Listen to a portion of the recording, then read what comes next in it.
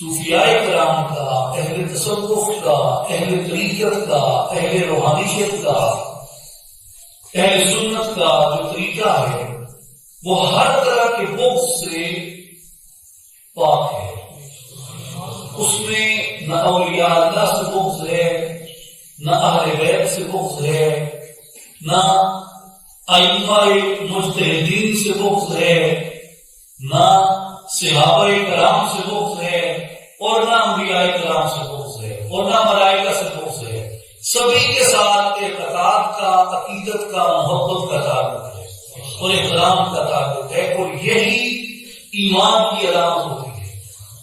ایمان فوت ہو جاتا ہے اس دن جس دن دل میں کسی بھی پاک باز ہستی کا بغض داخل ہو جائے.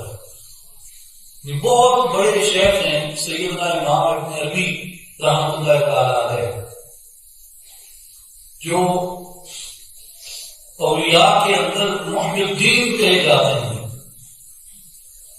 سیدنا امام ابن عربی رحمۃ اللہ علیہ مرید تھے ابو مدین المغربی رحمۃ اللہ علیہ تھے. موراکو میں ان کا مزار ہے، اور ابو مدین المغربی رحمۃ اللہ علیہ ایک ہم عصر ہم زمانہ ایک شیخ تھے. ان کی شیخ ابو مدین المغربی سے زیادہ بنتی نہیں تھی.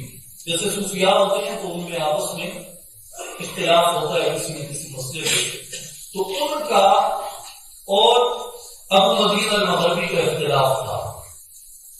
اب ظاہر شیخ ابن عربی مرید تھے ابو مدین المغربی کے، تو شیخ ابن عربی رحمۃ اللہ علیہ وہ شیخ جو ان کے شیخ سے اختلاف رکھتا تھا، شیخ ابن عربی اس شیخ کو اچھا نہیں سمجھتے تھے، ہر جگہ پہ ان کے اوپر بحث کرتے تھے، ان کے نقائص بیان کرتے تھے. یہ دل میں ان کو اچھا نہیں سمجھتے تھے کہ یہ میرے شیخ سے بغض رکھتا ہے. کیا میرے شیخ سے بغض رکھتا ہے.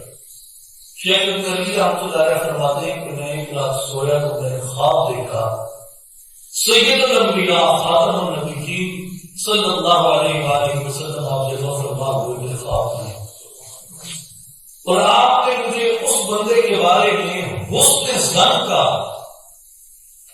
حکم فرمایا، اور ساتھ یہ فرمایا کہ ابن عربی تو اس بندے سے محبت کیوں نہیں کرتا؟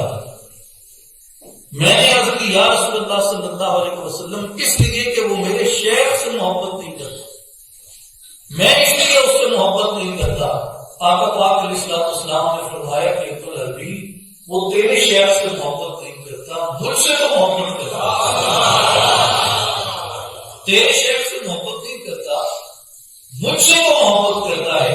شیخ ابن عربی فرماتے ہیں میری آنکھ کھل گئی اور میں نے استغفار پڑھی، اور اس شیخ کی طرف اس دن سے میں نے حسن گمان منسوخ کر دیا، ارادہ کر دیا اس نے نیت کا.